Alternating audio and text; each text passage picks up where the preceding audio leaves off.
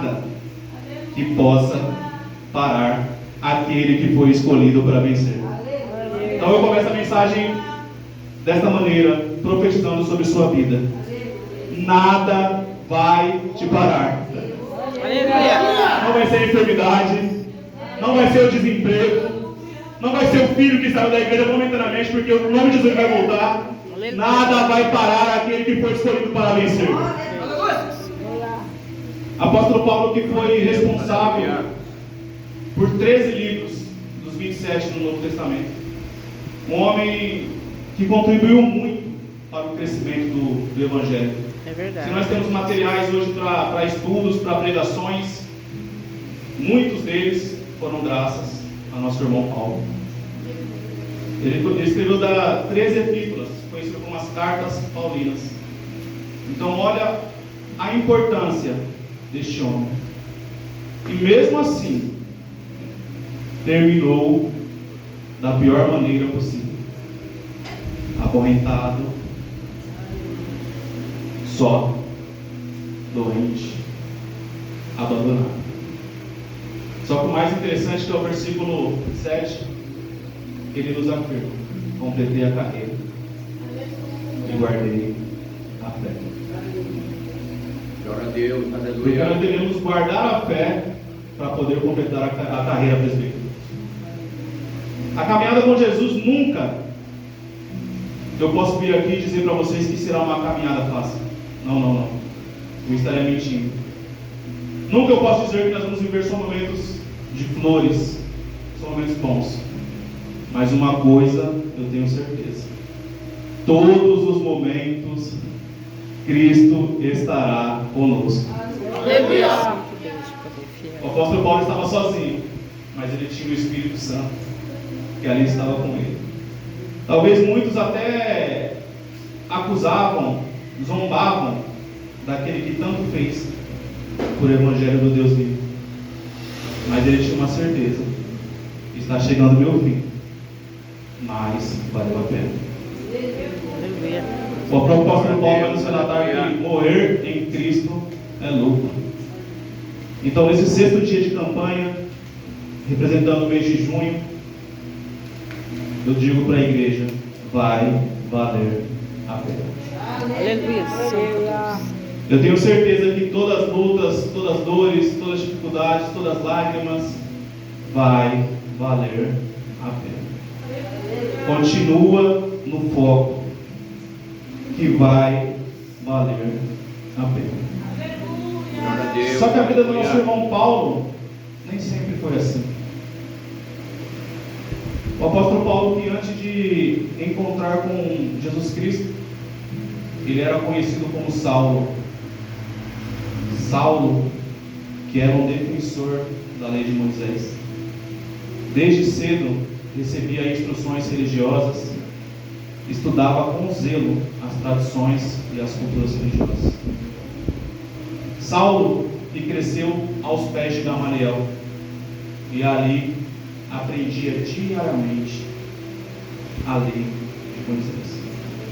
Só que não é bem verdade, nós sabemos, eu não vou explicar aqui porque os irmãos já conhecem, que Saulo, ele não acreditava até então no Cristo. Muito pelo contrário, Saulo perseguia os seguidores de Cristo. A Bíblia vai nos relatar em alguns versículos, e eu vou trazer aqui para os irmãos algumas características de Saulo. O livro de Atos, capítulo 7, versículo 58, vai dizer que Saulo era feroz, que Saulo apedrejava, invadia a casa, inclusive foi responsável pela morte de Estevão. Os irmãos também conhecem. Estevão foi apedrejado até a morte por Saulo, que não acreditava até então em Jesus Cristo, o Filho do Deus vivo. Aleluia! Saulo, em Atos 8:1, era descrito como assassino, consentia a morte.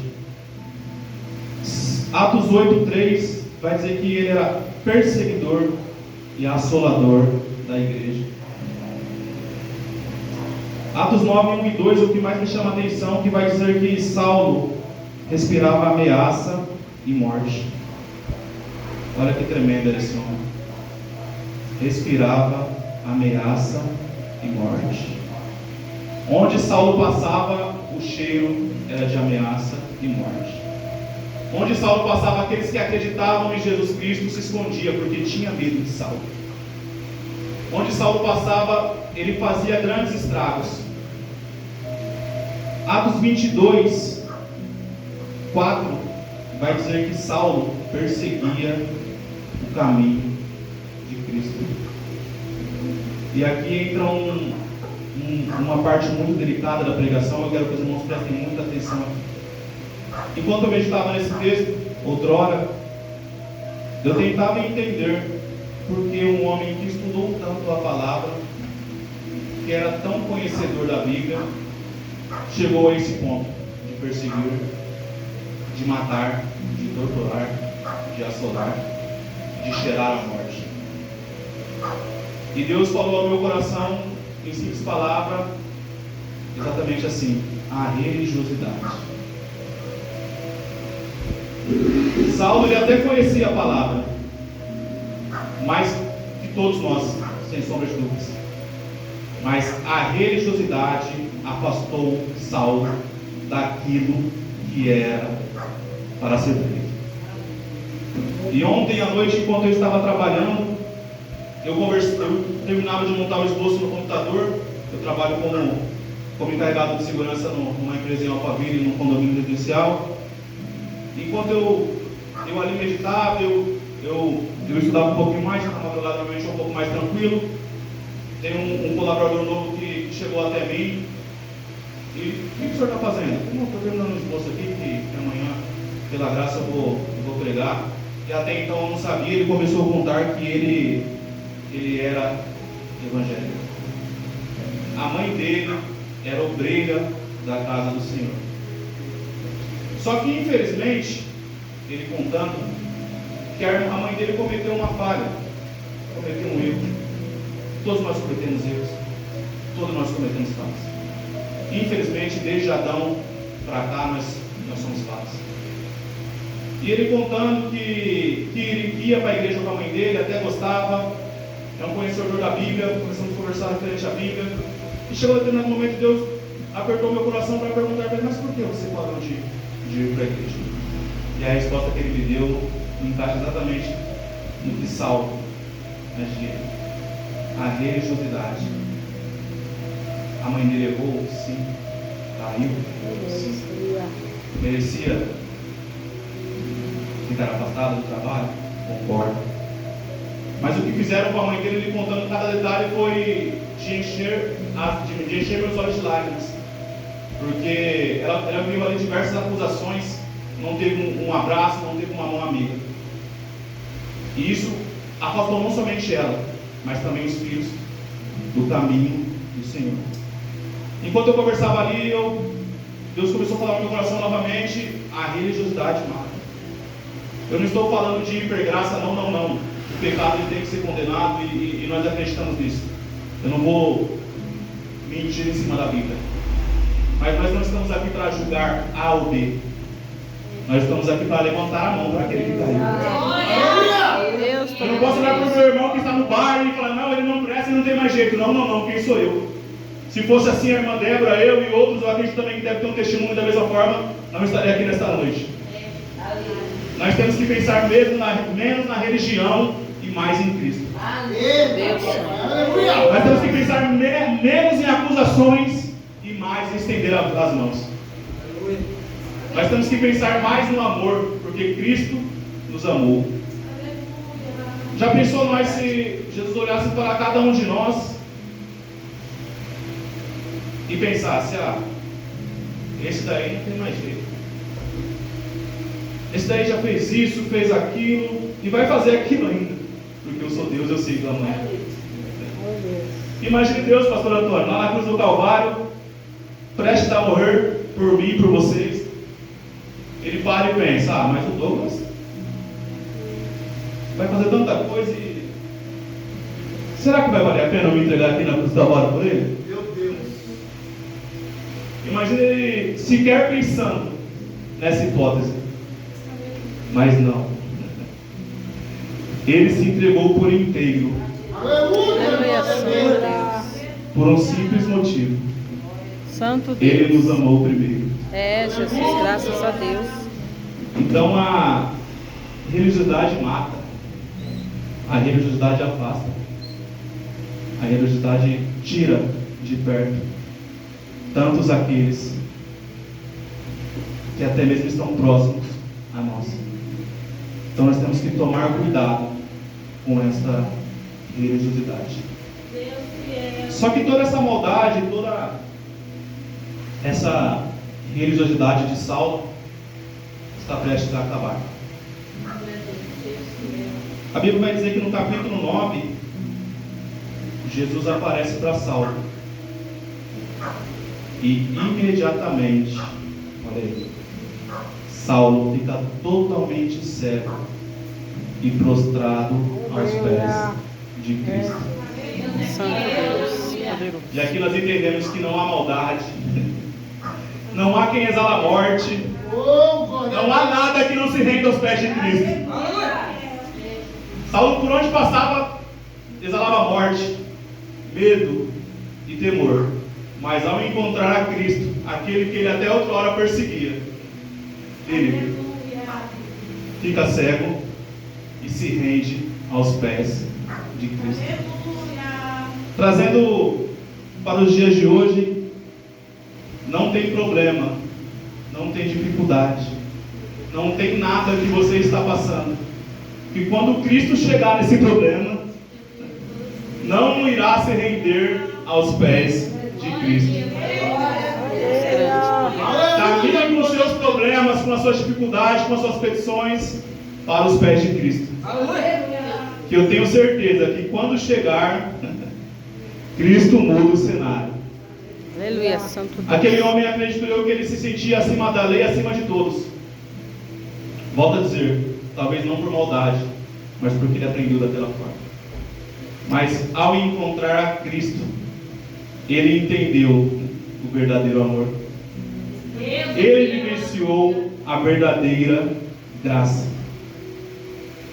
A Bíblia vai nos relatar que Saulo, até então, fica cego durante 3 dias.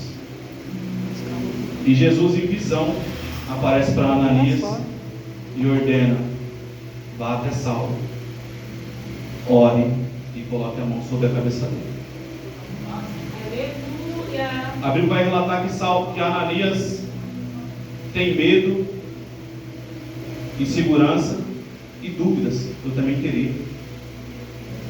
Pastora Diane, como que você vai até um homem que persegue os crentes?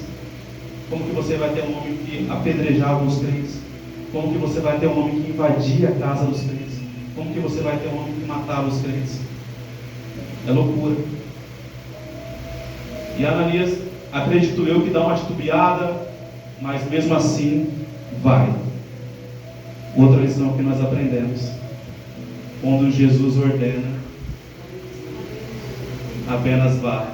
Aleluia. Mesmo com medo, mesmo com insegurança, mesmo com dúvidas, se foi Jesus que ordenou, apenas vá.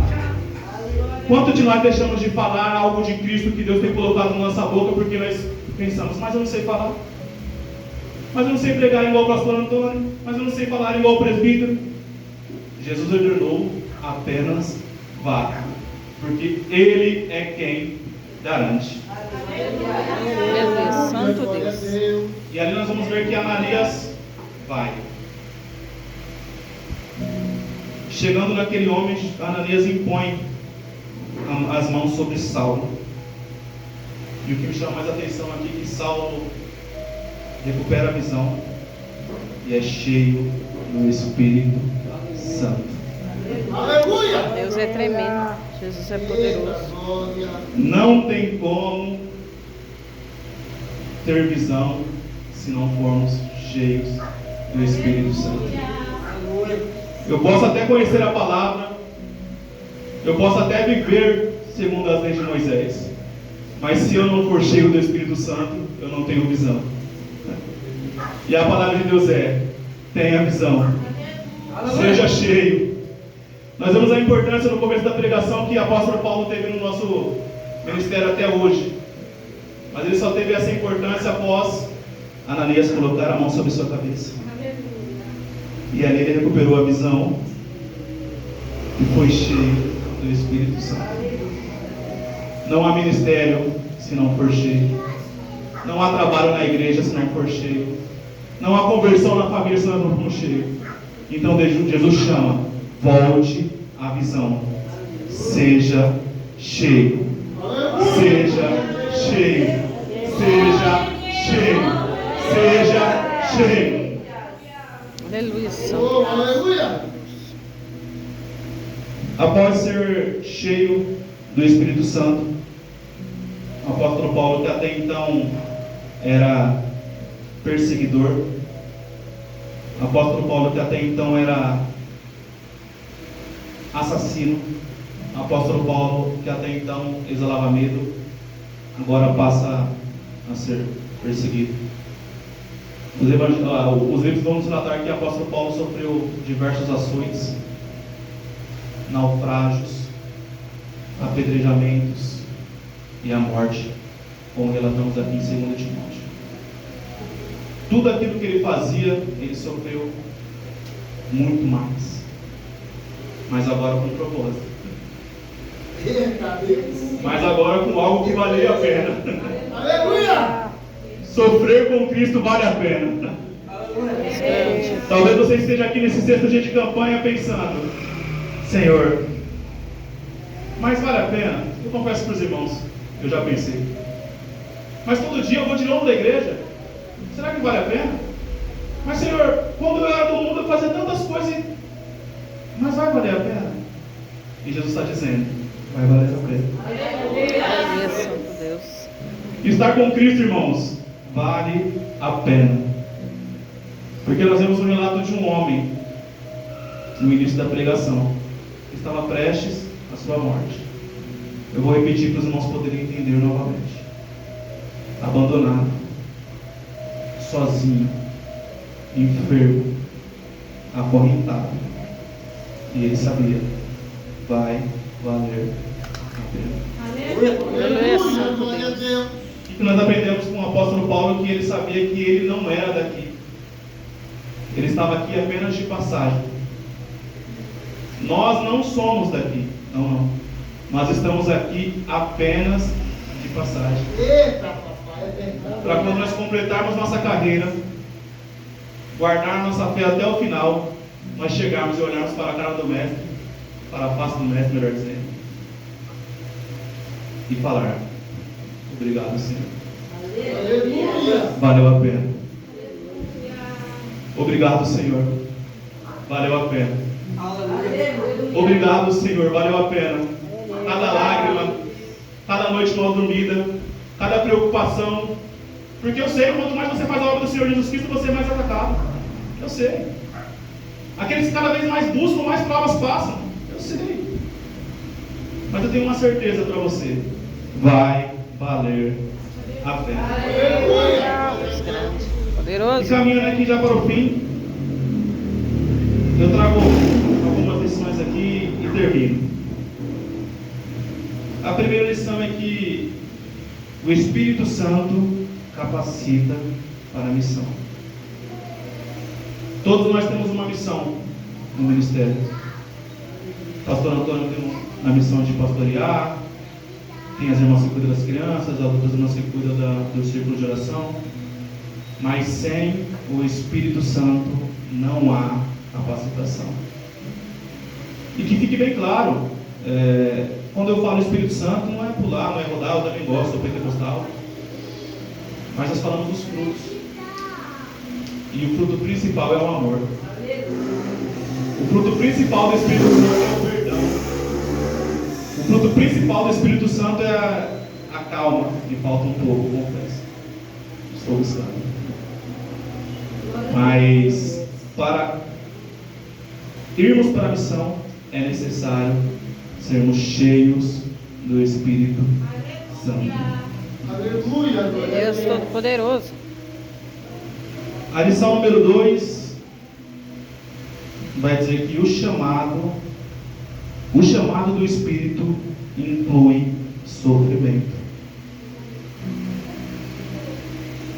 Eu não vou prometer para vocês mais uma vez casas, não. Carros, também não. Que você não vai ter enfermidade, também não vou prometer. Que você não vai ter problema, também não vou prometer. Que talvez seus filhos não vão ficar na presença do Senhor até o fim, também não vou te prometer. O Espírito, ele não promete nada disso, mas uma coisa ele promete e ele cumpre: é a sua presença. Todos os dias, mesmo em sofrimentos, mesmo em alegria, mesmo em tristezas, mesmo em lágrimas, ele estará contigo. Aleluia, glória a Deus. Independente da situação que você está vivendo, das dificuldades, das angústias, o Espírito Santo de Deus está com você. Fica tranquilo, fica tranquila. Vai passar, é só uma fase. E como eu disse, vai valer a pena. Se não deu certo ainda é porque não acabou. Ainda não é o fim. Eu sei que você pode olhar para essa determinada situação e pensar: mas Senhor, já faz tanto tempo. E o Senhor prometeu e a promessa não se cumpre. Eu não aguento mais. E você está aqui mais uma vez. E Jesus está dizendo: aguenta. Só mais um pouquinho. Eu já estou agindo. O meu Espírito está com você. Fica tranquilo. Só mais um pouquinho. Eu não me esqueci dos projetos que eu te prometi. Eu não esqueci de tudo que você vai conquistar. Mas fica tranquilo. Se não aconteceu, está no caminho para acontecer. Aleluia. A última lição, e terminamos aqui. O passado não limita o futuro em Deus. O seu passado não limita o futuro em Deus. O mundo, ele tem prazer em nos acusar, em nos apontar, em tentar fazer-nos olharmos para trás. E infelizmente nós nos deixamos levar muitas das vezes por aquilo que nós fazemos, que erramos, e acabamos acreditando que não merecemos. Acabamos acreditando que não somos merecedores. Mas eu tenho uma coisa para te dizer. 2026 anos atrás, um homem se entregou na cruz do Calvário para que todos nós, sem exceção, merecêssemos Aleluia, glória a Deus. estar aqui. Então, o passado não pode anular o que Deus tem para você futuramente. Eu não sei se você tem alguém na sua casa, na sua família, que está vivendo de maneira totalmente errônea, totalmente distante daquilo que Deus tem para ele ou para ela. Mas uma coisa eu tenho certeza: não vai ser esse momento que vai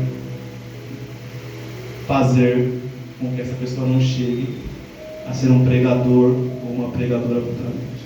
Aleluia. Deus me autoriza em dizer que Ele está restaurando famílias. Não é o momento que vai determinar a situação, não. Deus está agindo.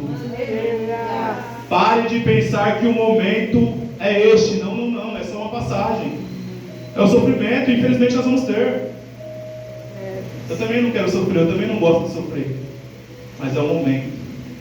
O passado não vai atrapalhar o seu futuro em Deus. Permaneça acreditando. Porque imagine nós, pastor, se Saulo quando encontrasse com Jesus, ele ficasse pensando: mas eu fiz tantas coisas, por falta de sabedoria, por falta da direção correta, então agora eu não vou fazer. Imagine o prejuízo que talvez até nós teríamos, quantos ensinamentos que nós não perderíamos. Mas não. Filipenses, ele vai dizer também que esquecemos das coisas que ficaram para trás. Aleluia. Prossigo para o alvo, a fim de buscar a coroa da justiça, que está reservada para mim e para você. Então eu não sei o momento que você está vivendo aqui nesta noite, mas Deus me autoriza a dizer que prossiga para o alvo. Prossiga para o alvo. Prossiga para o alvo. Pare de olhar para trás, pare de ficar estático, prossiga para o alvo. Pare de pensar que você não tem valor, que não tem mais jeito, prossiga para o alvo. Em simples palavras, eu queria aqui já agradecer e retornar a direção a Deus, nosso pastor. Agradecer a oportunidade em nome do Senhor Jesus.